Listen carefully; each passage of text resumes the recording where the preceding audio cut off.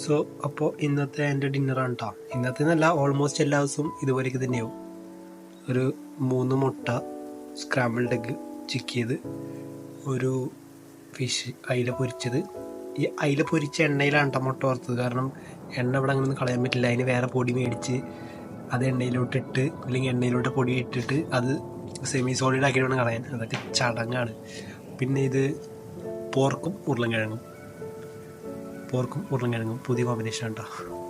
Pork ഒരു 100 gram ഉണ്ട്, അതിലൊരു ഉരുളൻകിഴങ്ങ് ഇട്ടിട്ട് കറി, പിന്നെ ഒരു 100-150 ഗ്രാം ചോറ്, പിന്നെ കുറച്ച് തൈര്. സാധാരണ തൈര് ഞാൻ ചോറിനോട് കഴിക്കാറ്, പക്ഷേ ഈ വട്ടം എടുത്തത് മാറിപ്പോയി. അത് ഫ്ലേവേർഡ് ആയിരുന്നു, മധുരമുണ്ട്. അതുകൊണ്ട് ചോറിനോട് ഒരു സുഖമില്ല. ചോറ് കഴിഞ്ഞിട്ട് ഡെസേർട്ടായിട്ട് കഴിക്കാം. സോ ഇപ്പോൾ ഇവിടെ നിന്ന് പച്ചക്കറി മേടിച്ച് ഡെയിലി ഉണ്ടാക്കി കഴിക്കുന്നതിനേക്കാളും എനിക്ക് ലാഭം ഇതാണ് കേട്ടോ.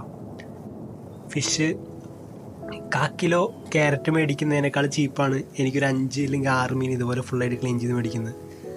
മുട്ട വിട്ടൊരു കളിയില്ല, ഇറച്ചിയും ചീപ്പാണ്. ഏകദേശം 440 എണ്ണങ്ങാണ്ട് ഞാൻ എടുത്തത്. 400 ഗ്രാം. 400 ഗ്രാം.